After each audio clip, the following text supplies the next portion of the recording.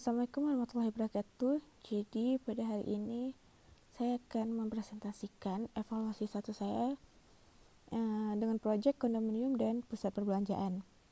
Baik, sebelumnya saya akan mengenalkan diri saya, yaitu Raisya Kamila, program studi arsitektur dengan dosen koordinator Bapak Insinyur Bustari MT dan dosen pembimbing saya Ibu Sarvina Fitri Rizky ST MT. Selanjutnya dimulai dengan pendahuluan. Untuk proyek kali ini saya dapat shopping mall dan kondominium, yang mana kita harus tahu latar belakangnya dahulu. Tujuan didirikannya kondominium ini sendiri adalah untuk solusi kepada masyarakat dengan kurangnya lahan. Dengan kita mengadakan kondominium ini sangat bermanfaat dengan adanya hunian vertikal di kawasan Banda Aceh ini sendiri.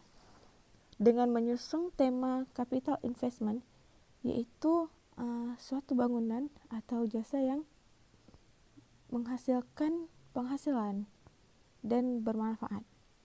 Dengan memakai konsep green arsitektur, mempunyai masalah dan potensinya, dan kita lanjutkan saja ke desainnya. Yang pertama, kita mulai dari site-nya. Saya sendiri mengambil site di Jalan T. Panglima Nyak Makam, yaitu di Lambuk, Kecamatan Ulekareng. Ini bertepatan di sebelah Hermes Hotel yang akan dibangun Transmart di Aceh. Pada lahan ini analisanya terletak di wilayah perkotaan sehingga mudah dijangkau dengan transportasi umum maupun pribadi. Land use sebagai pusat kawasan perdagangan dan jasa, terdapat fasilitas pendukung yang sangat lengkap. Dekat dengan sebuah fasilitas pelayanan umum yaitu SPBU, lokasi tersebut akan dibangun Transmart dan jalan utama cenderung padat. Pada set ini sendiri, kondisi fisiknya luas tanah 13.302 meter persegi, topografi keadaan tanah rata, tidak berkontur. Land use sekarang ini pusat perdagangan dan jasa. KDB bangunan sendiri 70%, KLB 3,5 lantai. Dan kita lanjut ke existing site condition.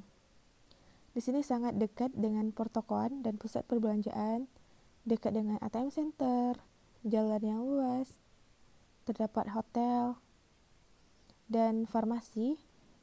Juga terdapat coffee shop yang sangat mudah dijangkau sehingga memudahkan masyarakat atau penghuni kondominium sendiri tidak perlu jauh-jauh untuk mengakses semuanya tersebut. Berikut adalah analisa site. Ini adalah orientasi matahari dan orientasi angin. Dan ini interaksi antar bangunan. Jadi lahan pada di sini tidak petak dan tidak monoton, tapi ada berbelok-beloknya sedikit dikarenakan ada bangunan lain yang menutupi dan di sampingnya. Ini adalah orientasi bangunan. Jadi di sebelah sini ada hotel, di sini ada pertokoan. Jadi kurang lebih seperti ini kualitas tanahnya. Selanjutnya kita mulai ke tema rancangan. Untuk saya mengambil tema rancangan green arsitektur. Yang mana green arsitektur sendiri ini juga sustainable, yaitu berkelanjutan, dan ini dia memakai bahan-bahan yang ada di setempat, yaitu tidak terlalu banyak mengekspor. Dan green arsitektur ini sendiri menyusung tinggi bahwa green arsitektur adalah arsitek hemat energi. Jadi itu yang akan saya terapkan di bangunan saya kali ini. Baik, untuk selanjutnya struktur pondasi. Pada bangunan ini saya menggunakan struktur pondasi bore pile atau tiang panjang. Yang sudah saya lihat-lihat atau saya amati, pondasi ini sangat cocok digunakan pada bangunan tinggi. Apalagi di daerah Aceh ini sendiri. Dengan Aceh ini rawan gempa dan tsunami, jadi tiang panjang ini sangat efisien untuk digunakan pada bangunan proyek kita kali ini. Karena dia merupakan salah satu pondasi yang terkuat dan tidak memerlukan pengerjaan yang lama. Selanjutnya ini adalah instalasi IPAL. Bisa dilihat.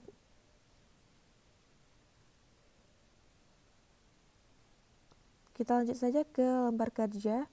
Yang pertama ada site plan, yaitu ada dari awal saja ada septic tank. Ini ada kamar septic tank, ada ruang genset. Ini sendiri ada kondominiumnya, kolam renang kondominium. Yang bulat ini sendiri adalah skylight dari mall. Dan ini adalah bagian mall. Dan ini sendiri adalah pintu masuk untuk ke lobby. Ini adalah site plan dari project kali ini. Dilanjutkan dengan layout plan. Baik dengan layout plan-nya sendiri, ini sangat efisien, yaitu dengan memakai sirkulasi memutar sehingga tidak mengganggu pengguna yang masuk dan keluar, karena memakai dua sirkulasi, yaitu bisa melalui jalan T Panglima Nyakmakan atau dari belakang untuk mengakses keluar. Luas lahan sendiri 110 di bagian depan, di bagian samping 146 meter, di bagian belakang ada 93 meter. Untuk dilakukan ada 17 meter dan sebelah kiri juga 146 meter. Jadi sangat memungkinkan untuk dibangun pusat perbelanjaan dan hunian di daerah ini. Selanjutnya ada denah basement kedua. Ini dibuat kosong saja karena bisa digunakan sebagai tempat bazar, jadi kosong atau tempat parkir darurat. Selanjutnya ini adalah sirkulasi denah basement pertama. Ini adalah basement mobil, tempat perputaran. Selanjutnya kita mulai ke denah lantai 1. Seperti yang kita tahu, di sini ada lobby atau main entrance. Di sini sendiri terdapat retail A yang berukuran 4x4 meter, retail B 4x8 meter.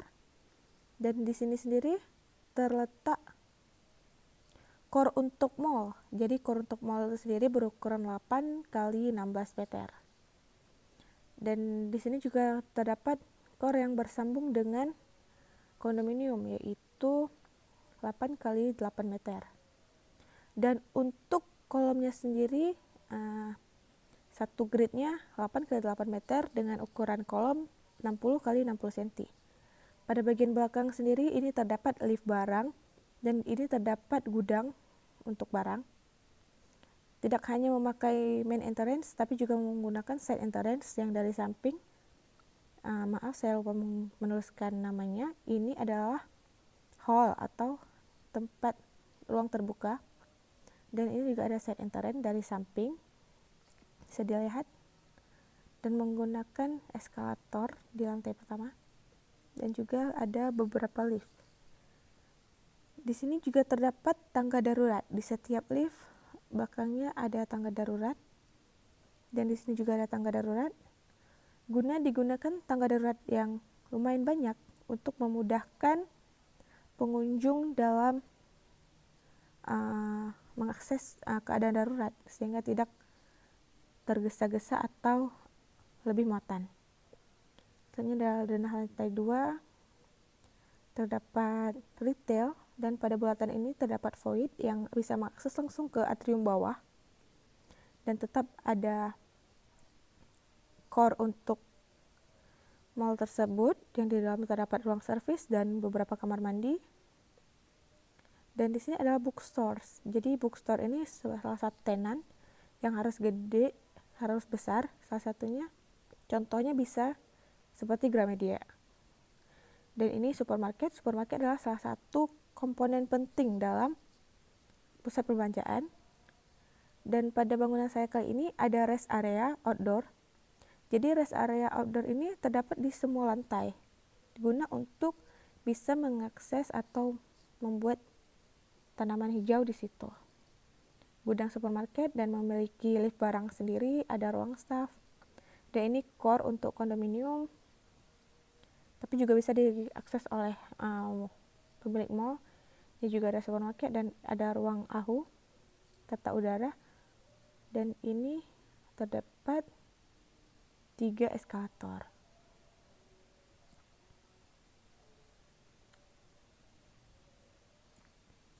Selanjutnya ada denah mall lantai 3.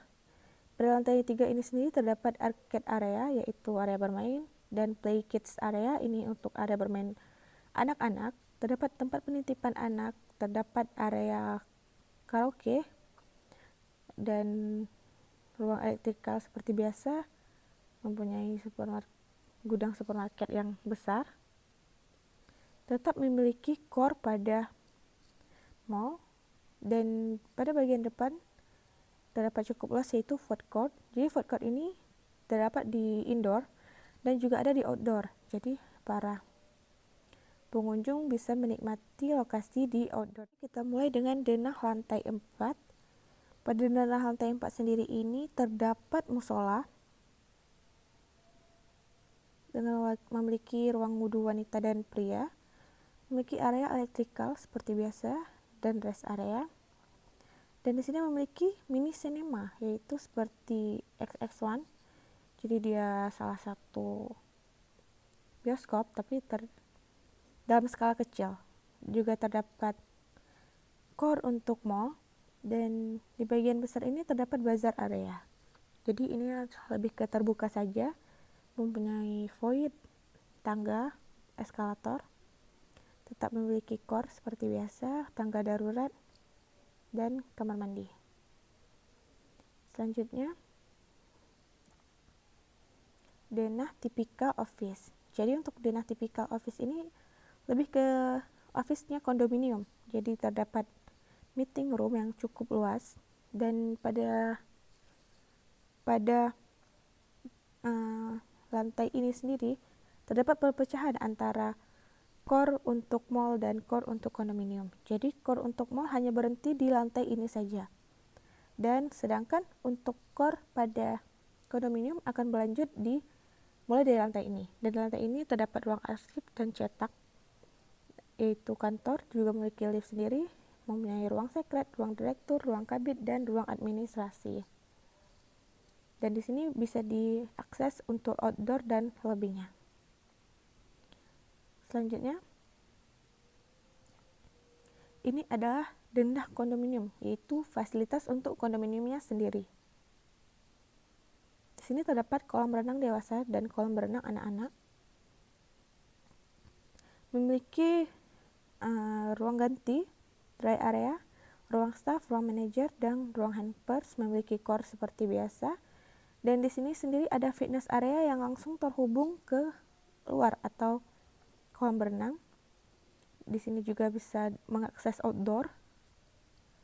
Dan di sebelah kanan ini sendiri terdapat lobby klinik. Jadi klinik ini bisa diakses oleh seluruh penghuni kondominium, yang mana di sini memiliki ruang rawat, dokter, ruang obat. Jadi penghuni kondominium tidak perlu bersusah-susah untuk mengaksesnya. Selanjutnya kita mulai lagi dengan denah kondominium. Jadi denah kondominium ini sendiri adalah denah tipikal. Pada bagian pertama, inilah tipe kamar pertama, yaitu tipe 1 kamar. Tipe 1 kamar di sini terdapat 6 unit. Jadi satu lantai ini terdapat 6 unit, dan ini tipikal 4 lantai. Untuk 2 kamar ini terdapat 4 unit setiap lantainya. Dan tipe 3 kamar sendiri terdapat 6 unit. Dan ini memiliki core kondominium 2, yaitu dengan mempunyai lift di dalamnya, kamar mandi, dan tangga darurat. Juga terdapat ruang servis. Ini ada di lantai 8, 9, 10, dan 11. Selanjutnya untuk denah tipikal tower. Untuk tower ini satu lantainya denah kamar tipe 1 kamar ini terdapat 4 kamar, tipe 2 kamar terdapat 3 kamar, dan tipe 3 kamar sendiri terdapat 3 kamar. Karena ini hanya sedikit, jadi hanya menggunakan satu buah core, yaitu terdapat tangga darurat di dalamnya, lift, ruang servis, kamar mandi, dan lainnya. Kita mulai saja ke detail denah kondominium yang 1 kamar. Yang satu kamar ini sendiri, ini terdapat pola layoutnya dengan ukuran 8 kali 4 meter, dilengkapi dengan satu buah balkon. Cukup efisien untuk penghuni yang tidak terlalu ramai, 1 atau 2 orang. Selanjutnya ada Dina kondominium 3 kamar. Maaf, saya loncat dulu. Untuk 3 kamar ini sendiri 8 kali 12 meter, dilengkapi dengan satu buah balkon yang cukup lenggang atau cukup besar, memiliki satu buah dapur, ruang tamu, dan ruang keluarga, memiliki meja makan sendiri dan 3 kamar dengan 2 kamar mandi. Ini cukup efisien untuk keluarga yang lumayan ramai. Selanjutnya, Dina kondominium untuk 2 kamar, memiliki satu buah balkon sendiri dengan berukuran satu buah grid 8 kali 8 meter. Ini cukup efisien untuk penghuni yang sedang-sedang saja, tidak ramai dan tidak terlalu sedikit. Dan dimiliki oleh 2 buah kamar mandi. Kita lanjutkan saja ke tampak. Untuk penerapan konsep di tampak, saya tetap menggunakan green wall. Green wall ini di sebelah kiri akan saya buat menerus green wall, dan untuk bagian depan saya menggunakan kaca tapi dilapisi dengan fasad, jadi cahaya langsung tidak terlalu panas ke dalamnya, sehingga penggunaan alat bantu dingin tidak terlalu berat. Selanjutnya ini adalah tampak kanan. Ini sendiri adalah tampak kiri dari bangunan saya.